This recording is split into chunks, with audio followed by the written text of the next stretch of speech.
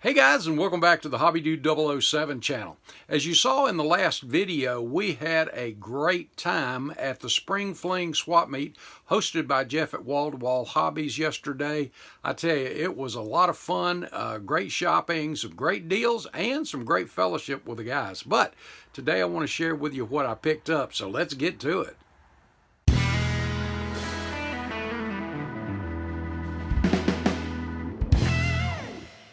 Bring your model to life with MCV products. Visit them on the World Wide Web at mcvproducts.com.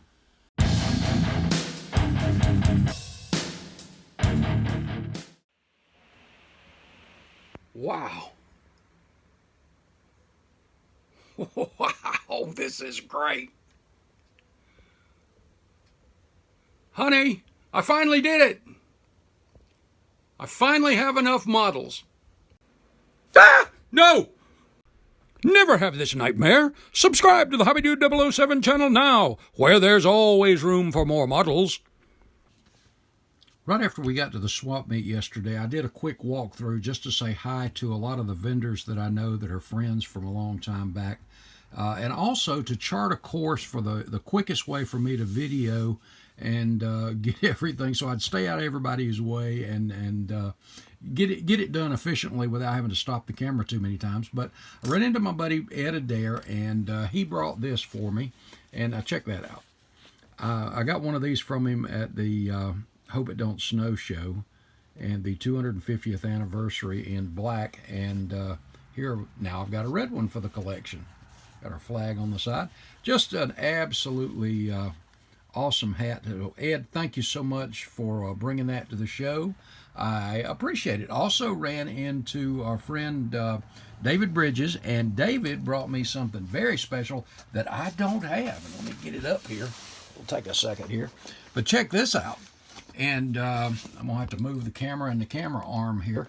But this is framed in a gold frame, and it is a big picture of Richard's Fan Appreciation Tour car. And this is definitely got to be hung somewhere, and I've got to find a place here somewhere.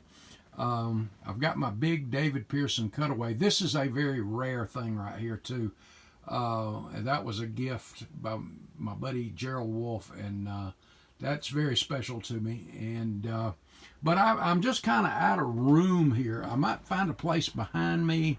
I'm not sure yet, but we'll see what I can do with that. But David, thank you very much. This means a bunch. I think I may have to take this one up to the museum and have it autographed too. That is very special, and I appreciate it, buddy, very much.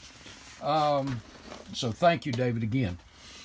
As far as the stash goes, I got into a bunch of stuff. You saw me talking about the $1 boxes that Fast Track Hobbies had, and I mentioned that there were two kits in there, and you remember probably seeing the tires and wheels I was talking about. I got to come back and get these. You would think by now I would learn, stop the camera, pick them up right then, but no, Hobby Dude had to just keep filming real quick, because I thought, well, I'm close to the end, so no problem.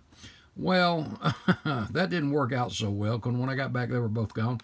Nobody to blame but myself. And whoever got them, good taste. That was some good stuff there. But these parts bags, for $1, you can't beat this. And I had to have this, because number one, that body is just sexy. And I'm thinking, you know what? Custom that even more. There's some thoughts I have there. But the main reason I got it was for $1. Look at that belly pan, that flat belly pan, and the diffuser on the back. If you remember on my 58 Corvette Pro Touring Custom, I used the back section, cut off the back section here of one of the Salvino JR, the next gen cars, and used the diffuser off of it. And I like the shape of this, the number of fins, and I don't know if this is how it's going to fit yet, but for $1, I mean, seriously, these are good deals. So scoop that up real quick, and there were a lot of other good stuff for parts in there too, but I have so many parts boxes. But that was just cool. Next up, I spent some time with Jamie, and man, he always has some great stuff. And he is now carrying Jay's model garage stuff. So you want NASCAR stuff, Jay's the man too.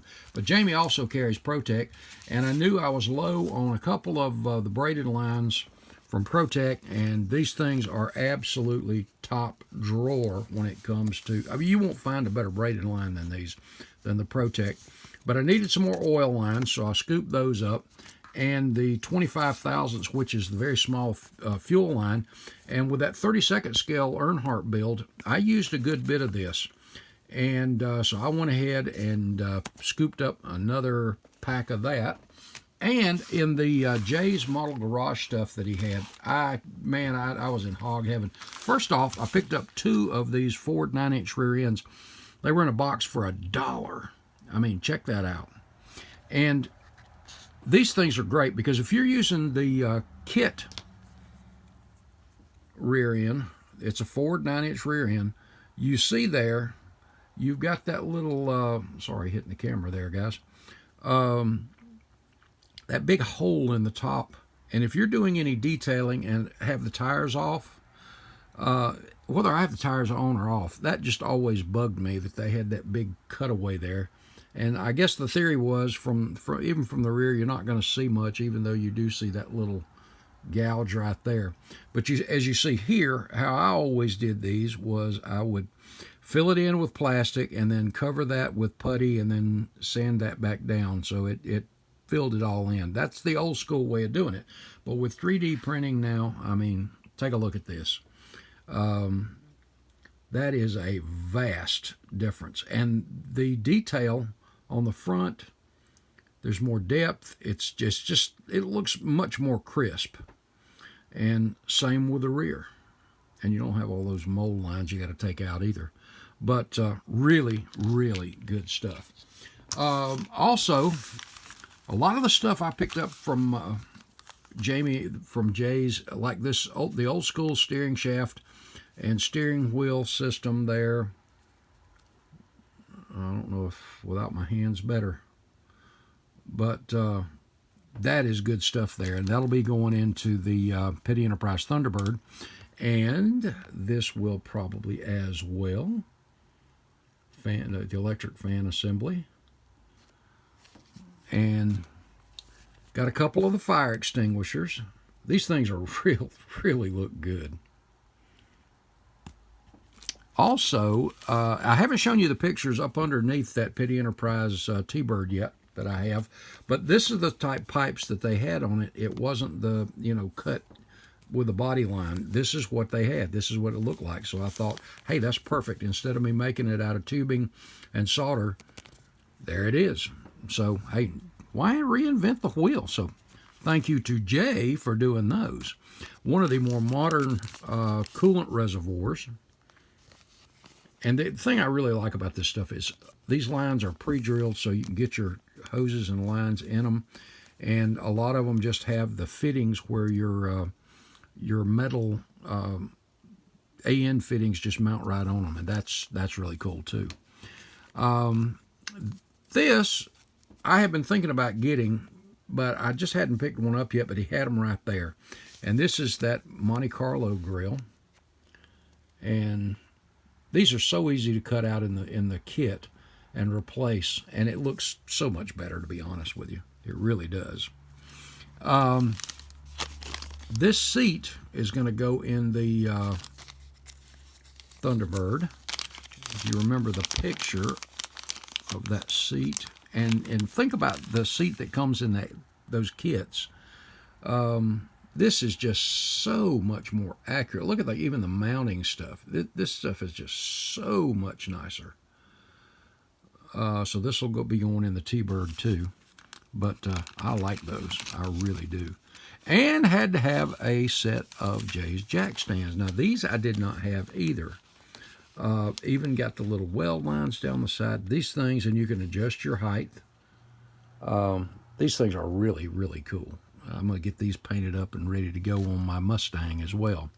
And picked up a couple of the Moroso style coolant reservoirs. And if you remember the ones that are molded on the firewall in most of the stock cars, this is what it is. These have the fittings already on them, and they're much more three-dimensional, where the cap on the top of the one molded on is just molded straight to the kind of a U-shape, molded to the firewall. Well, this, you can see it's much clearer. It's just much nicer. And then Jamie had the distributors as well, and these are pre-drilled. You got 90-degree, if you can see that there, you got the 90-degree boots off the distributor, and there is your cover.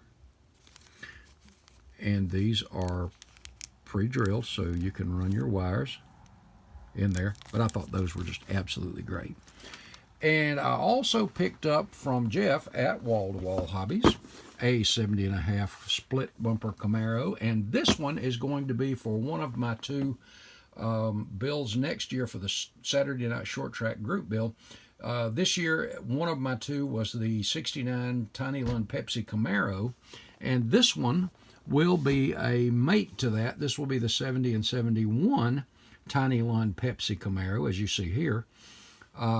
I think these are going to look really cool together, and the only thing I'm going to have to make a change on this one, and I'm sure we're going to have to do the same thing as we did the 69 as far as opening those wheel wells, building out the roll cage, interior, all that stuff. But that's the fun of modeling, guys. But the thing I'm going to have to change is, you see the 70 spoiler, very short, and again, you see here that tall one that is like off of a Baldwin motion kit. So I'll have to rob one of those out of one of those kits, or I'll find one. I'm not worried about that. But yeah, there we go. That'll be the for next year's Tiny Lund Pepsi Camaro. Upgrade that a little bit. And guys, I think, let me look around here. I think that's it. For some reason, I'm thinking I'm forgetting something. If I am, I'll share it with you in the next video. But had a blast. Again, Jeff, thank you so much for putting on a great one. All you vendors that were there, thank you for coming out. Appreciate you guys and all you contribute to the hobby and keeping us broke. So, guys, have a great week. God bless. And I hope to see some of you at NNL East this coming weekend. All right, guys, have a great week. God loves you. See you later.